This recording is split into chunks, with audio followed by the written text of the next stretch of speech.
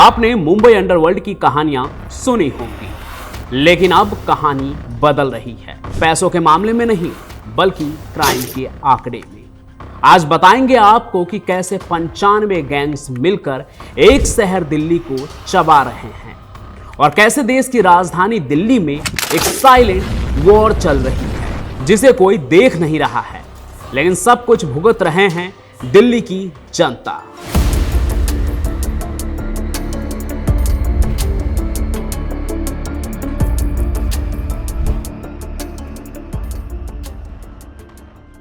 नमस्कार, मेरे साथ आप देखना शुरू कर रहे हैं क्राइम कनेक्ट पर पंचम प्रकाश की कहानियां। और आज हमारे कहानी के रडार पर है शहर दिल्ली।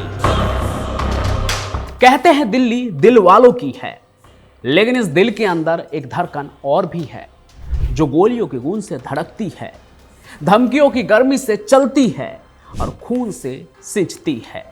यह है दिल्ली का अंडरवर्ल्ड, वो हिस्सा जिसे कोई देखना नहीं चाहते या फिर अब तक उनकी आंखों के सामने कोई ऐसी तस्वीर नहीं पहुंची जिसमें किसी अपने को नुकसान हुआ हो। तो पता कर लिया, हमारा पता चल जाएगा। हम है जेल से भागे हुए सारे मोस्ट वांटेड और रंगदारी के लिए तेरे पास फोन किया है, एक होगा चाहिए। 24 अप्रैल 2025 सुप्रीम कोर्ट में एक खुलासा हुआ, ऐसा खुलासा जिसने देश की राजधानी को सवालों के घेरे में खड़ा कर दिया। दिल्ली में आज की तारीख में 95 ऑर्गेनाइज्ड क्राइम गैंग एक्टिव हैं, जिनके 1100 से भी ज़्यादा मेंबर्स हैं और 5212 से भी ज़्यादा संगीन मामले हैं इनके। इनमें अकेले लॉरेंस बिश्नोई से जुड़े 10 गैंग है और उनको चुनौती देने वालों में हिमांशु भाऊ जैसे और भी कई गैंग शामिल हैं।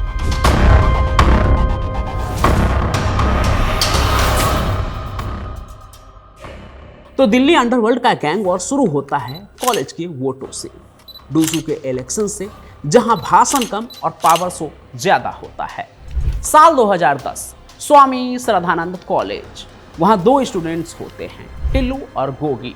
दोनों का सपना था यूनियन जीतना और दोनों जिगरी दोस्त भी थे, लेकिन इस सपने के बीच उधर आई बंदूकें, फिर यूनियन की लड़ाई गैंग वॉर बन गई, गोलियां चली, खून बहा और दिल्ली के इतिहास में दर्ज हुआ टिल्लू ताजपुरिया वर्सेज जितेंद्र गोगी गैंग। इसके बाद न डीयू सुरक्षित रहा न दिल्ली।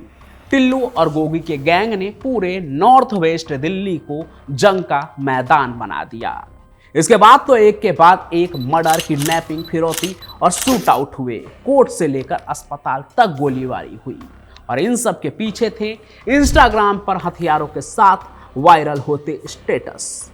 और ये सिर्फ टिल्लू गोगी की कहानी नहीं है। दिल्ली में आज 95 ऐसे गैंग्स हैं जिनके नाम सुनकर ही लोगों की थरथराहट शुरू हो जाती है। दिल्ली में फैले तमाम गैंग्स में कोई चाकू से डराता है, कोई पिस्तौल से ठोकता है, कोई फिरौती मांगता है, तो कोई कोर्ट के अंदर मर्डर कर देता है। आज सवाल ये नहीं है कि कौन है ये गैंगस्टर्स, सवाल तो ये है कि ये पैदा कहां से हो रहे हैं। इसका जवाब मिलेगा कॉलेजों में, पार्कों में, इंस्टाग्राम पर और हमारी चुप्पी में, क्योंकि कोई कुछ नहीं कहता है ना। इसलिए आज कोशिश करते हैं कुछ कहने की और कुछ सुनने की, और इसकी शुरुआत करते हैं दिल्ली में गैंगस्टरों से। आज की तारीख में बात करें तो नंबर 1 पर है लॉरेंस बिश्नोई गैंग, जिसके ऊपर 500 से भी ज़्यादा केसेस दर्ज है। इसके अलावा टिल्लू और गोगी का भी गैंग एक्टिव है। इन दोनों को मिला लिया जाए ना तो ये लॉरेंस से भी ऊपर चले जाएंगे कि इसके मामले में। बाकी इनके अलावा भी एक पूरी लिस्ट है दिल्ली में, जिसमें से टॉप गैंगस्टर की लिस्ट आपको स्क्रीन पर दिख रही होगी, जिसमें लॉरेंस बिश्नोई गैंग, जितेंद्र गोगी, इसके अलावा हिमांशु भाऊ, हासिम बाबा जैसे लोगों का नाम शामिल है। आपको यह भी बता दूं कि दिल्ली में उधम मचाने वाले ये सारे गैंगस्टर दिल्ली के ही नहीं हैं। इन गैंग्स में मेंबर्स हरियाणा, राजस्थान, यूपी और पंजाब तक भी फैले हैं, लेकिन इन सब का मकसद एक ही होता है, डर बनाओ और पैसे वसूलो। कोई डॉक्टर से 50 लाख मांगता है, कोई बिजनेसमैन से 2 करोड़, और इनका नेटवर्क इंस्टाग्राम से लेके टेलीग्राम तक फैला हुआ है। हालांकि हैरान करने वाली बात क्या है आपको पता है? ये जितने भी गैंग्स हैं ना, उनके लगभग सारे सरदार जो हैं, जो लीडर होते हैं, वो जेल की सलाखों के पीछे हैं या फिर मर चुके हैं और बस उनके नाम पर गैंग चल रहा है बाहर के दुनिया में। अब नाम पर गैंग चलना तो समझ आता है कि उसके मरने के बाद कोई और उसके नाम पर गैंग चला रहा, कोई और नया लीडर है लेकिन बॉस के नाम पे ही गैंग चल रहा है। लेकिन जिस गैंग का सरदार यानी कि उस गैंग का लीडर जेल में है, फिर उसके नाम पर गैंग कैसे चलता है? हालांकि लॉरेंस बिश्नोई के आने के बाद और जितनी पॉपुलैरिटी लॉरेंस बिश्नोई को मिली, उसके बाद तो बच्चा बच्चा ये जान गए हैं कि एक कॉल से ना सब कुछ हो जाता है जेल से ही। लेकिन जेल तो फिर भी जेल है ना, वहाँ से सब कुछ होता कैसे है? तो देखिए, कभी तो जेल को सुधार गृह कहा जाता था कि वहाँ पे अगर क्रिमिनल जाएंगे तो सुधर कर बाहर आएंगे। लेकिन दिल्ली में ये बन चुकी है क्राइम का कमांड सेंटर।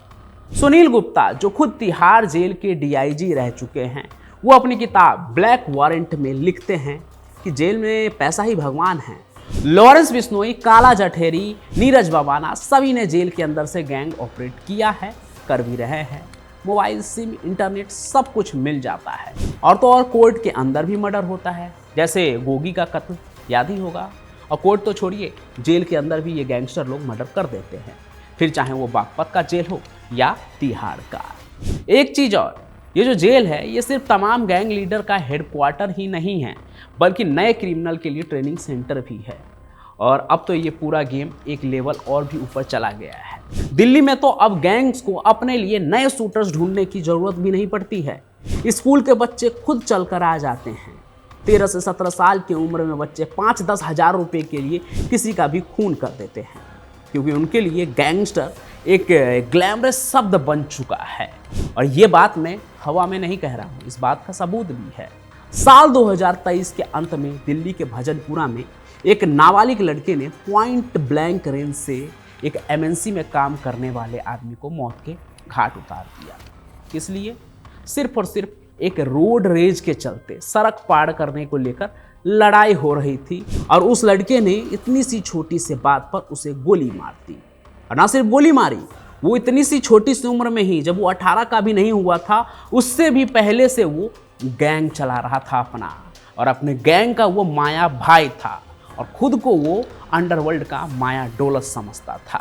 और ये तो 2023 की बात हुई ना। अभी हाल में ही सीलमपुर से भी एक ऐसी ही कहानी सामने आई, जहां गोली चलाने वाला कोई लड़का नहीं बल्कि एक लड़की है, जिक्रा नाम है उसका। ये सोचते हैं कि अगर पकड़े भी गए तो जुवेनाइल ही रहेंगे और 18 साल के बाद फिर फ्री हो जाएंगे। लेकिन इन्हें ये समझ नहीं आता कि ये जिंदगी के साथ खिलवाड़ करते हैं, उनका क्या। और एक सच्चाई तो ये भी है कि सही गाइडेंस न मिलने की वजह से इनकी ज़िंदगी भी बर्बाद हो रही है। अब सवाल ये भी है कि जब देश की धड़कन दिल्ली आज की तारीख में नया अंडरवर्ल्ड का अड्डा बन रहा है, तो पुलिस क्या कर रही है? तो देखिए, दिल्ली पुलिस ना दावा कर रही है, दावा कि हमने 3 साल में 500 से ज़्यादा गैंगस्टर अरेस्ट किए, 70 एनकाउंटर किए, कुल मिलाकर अपराध का सफाया कर रहे हैं। लेकिन सच्चाई तो ये है कि जब तक गैंग का नेटवर्क जिंदा है तो कोई फायदा नहीं है किसी को मारने से। एक को पकड़ो तो दूसरा नेता बन जाता है। और कोर्ट का ट्रायल वो तो सालों तक खिंचता है, गवाह मुकरते हैं, सबूत गायब हो जाते हैं और पुलिस कहती है कि हम कार्रवाई कर रहे हैं। वैसे हम और आप क्या कर रहे हैं, ये भी एक बड़ा सवाल है, क्योंकि इन गैंग्स को ताकत सिर्फ हथियारों से नहीं मिलती, इन्हें खाद पानी मिलता है समाज की चुप्पी से।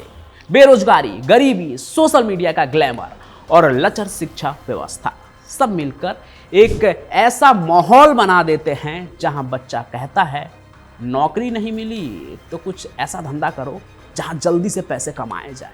फिर कोई जुआ खेलता है, कोई चोरी करता है, तो कोई फिल्मों से प्रभावित होकर खुद को दाऊद या माया डोलस समझने लगता है और फिर निकल पड़ता है दिल्ली की सड़कों पर कोहराम मचाने के लिए। और जिस उम्र में उन्हें स्कूल जाना चाहिए था, उस उम्र में वो गैंग चलाने लगते हैं।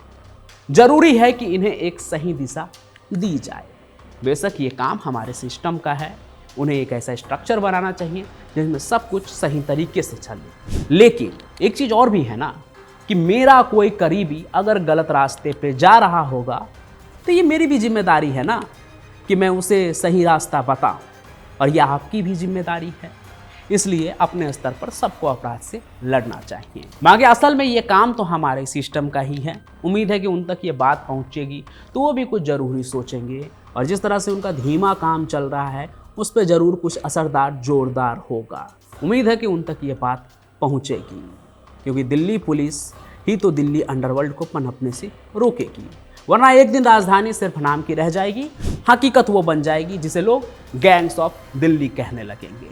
बाकी आप क्या सोचते हैं वो भी ज़रूर लिखिएगा, और दिल्ली के किस इलाके में आप रहते हैं और वहाँ का माहौल कितना अच्छा है कितना बुरा है इसके बारे में भी आप कमेंट ज़रूर कीजिएगा। और आज की इस कहानी को लाइक कीजिए, ज़्यादा से ज़्यादा शेयर कीजिए, और साथ ही साथ इस चैनल को सब्सक्राइब जरूर कर लीजिए, ताकि ऐसी ही कहानी जब लेकर आऊँ तो उसका नोटिफिकेशन आप तक पहुँचे और मुझे भी लगे कि मेरे साथ लोग जुड़ रहे हैं तो कहानी सुनाने में और मजा आएगा। मांगे मैं पंचम प्रकाश आपके लिए यूं ही कहानी लाता रहूँगा। तब तक के लिए आपका बहुत बहुत धन्यवाद।